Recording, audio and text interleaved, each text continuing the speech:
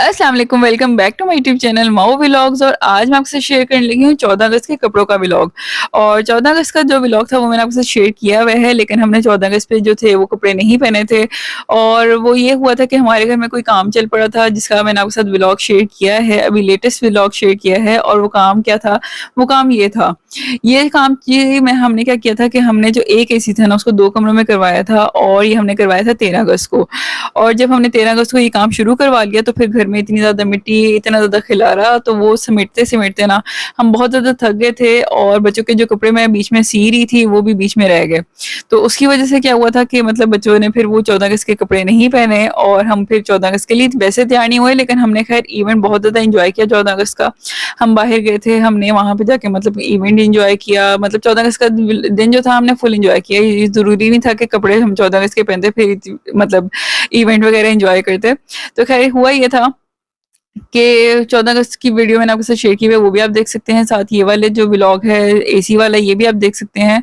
और ये हमारे ज़हन में ना एकदम से आइडिया आया था कि यार हम ये वाला काम करवा लेते हैं, क्योंकि ना बहुत ज़्यादा मसला हो रहा था बच्चों के साथ। और बाकी खैर जितनी भी डिटेल्स हैं वो आप मेरे इसी के व्लॉग में देख लीजिएगा।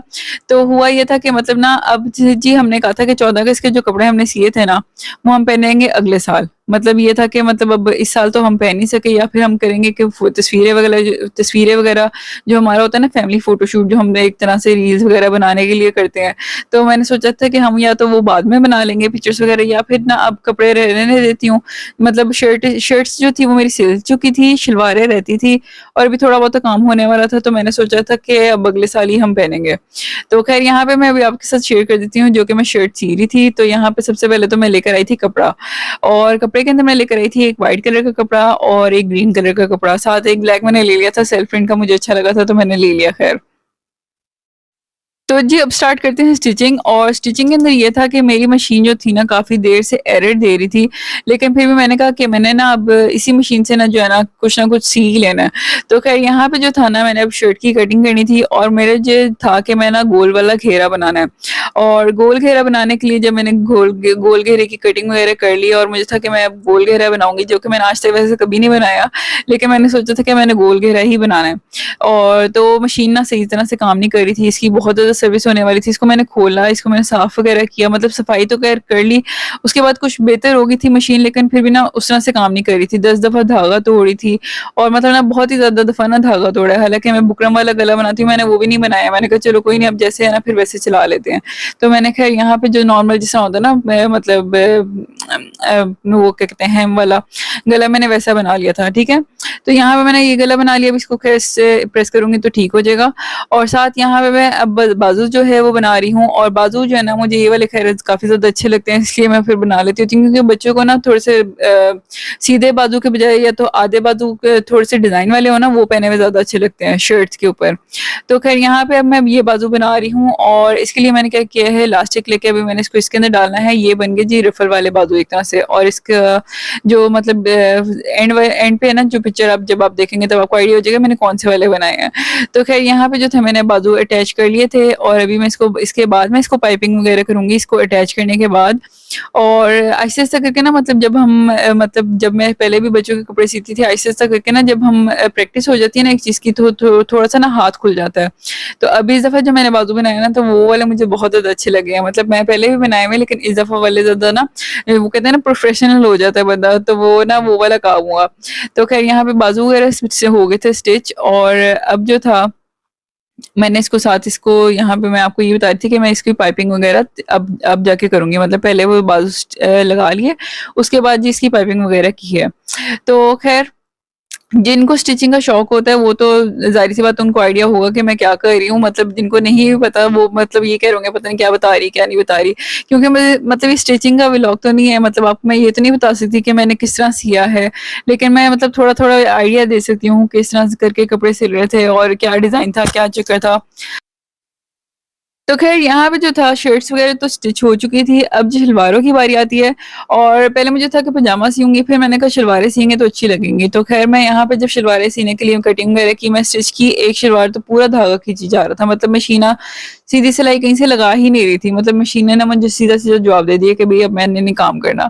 तो ख़ैर यहाँ पे ये सीन हुआ था और अभी जी लेस लगने वाली रहती थी, तो मैंने यहाँ पे इसको इस तरह से करके डिज़ाइन रख के देखा, मुझे था कि ये इस तरह से अच्छी लगेगी और फिर 2-3 दिन डिज़ाइन और मैंने डिसाइड किए कि मतलब मैं किस तरह से बनाऊँ, किस तरह से लगाऊँ और मुझे था कि ये जो ग्रीन कलर की शर्ट्स मैं बना रही हूँ ना, ये ऐसे हों कि मतलब मैं पैंट के साथ भी आराम से बच्चों को पहना दूँ ना, तो बुरी ना लगे। मतलब ये होता है ना कि 14 अगस्त का थीम पता चलता है जी, व्हाइट और ग्रीन, वो हम किसी और दिन बनाते हैं तब भी अजीब-सा ही लगता है। तो ख़ैर यहाँ पे जो था ना, अब सीन ये था कि शलवारें तो स्टिच ख़ैर मेरे से हुई नहीं और फिर मैंने काम वहीं पे छोड़ दिया क्योंकि ज़ाहिर-सी बात है वो तो मतलब दिन निकल गया ना 14 अगस्त का, तो मैंने सोचा अब अगले साल ही तैयार होंगे। और फिर हुआ ये कि अचानक से ना बच्चों के स्कूल में इवेंट आ गया, उन्होंने कहा जी बच्चों को ना मतलब इंडिपेंडेंस डे के हिसाब से तैयार वगैरह करके भेजें।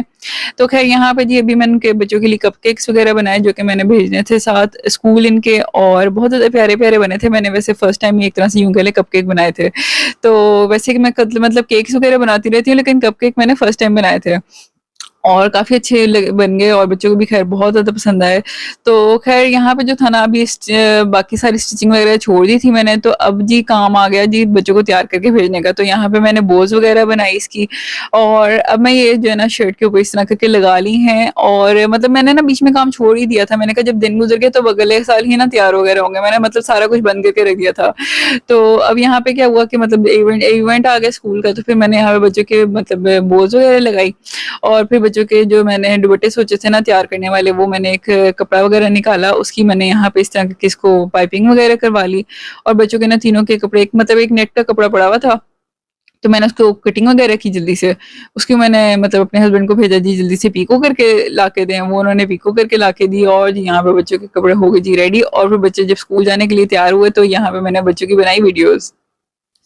तो ख़ैर यहाँ पे जो था बच्चों को तो मैंने रेडी कर लिया था और बच्चे माशाल्लाह उस दिन बहुत ज़्यादा प्यारे लग रहे थे और अभी हमारा जो फैमिली फ़ोटोशूट है ना, इन्हीं कपड़ों के अंदर वो भी होना यानी कि मैंने भी साथ तैयार होना था। मतलब मैंने कोई अपने कपड़े नहीं बनाए थे, लेकिन ये था मैंने कहा चलो कोई नहीं जो ग्रीन और व्हाइट मेरे पास जो कुछ भी अवेलेबल है ना, वो मैं और मेरे हस्बैंड इस तरह पहन के ना तो हम तस्वीरें वग़ैरह लेंगे। लेकिन अभी तक हम नहीं ले सके क्योंकि ख़ैर मेरे हस्बैंड का बीच में एक्सीडेंट भी हो गया था, बीच में ये मतलब काफ़ी सारी चीज़ें वग़ैरह चलती रहती हैं ना, तो बस इसी वज़ह से वो चीज़ें लेट होती गई। लेकिन इंशाल्लाह कभी होगा तो फ़ोटोशूट अलग से आपके साथ किसी रील वगैरह के अंदर हो सकता है, किसी वीडियो के अंदर शेयर कर लूँ, तो वो इंशाल्लाह ज़रूर करूँगी। तो बाकी ये था कि कैसे लग रहे हैं आपको बच्चों के कपड़े, ये मुझे कमेंट्स में ज़रूर बताना है आपने, ठीक है?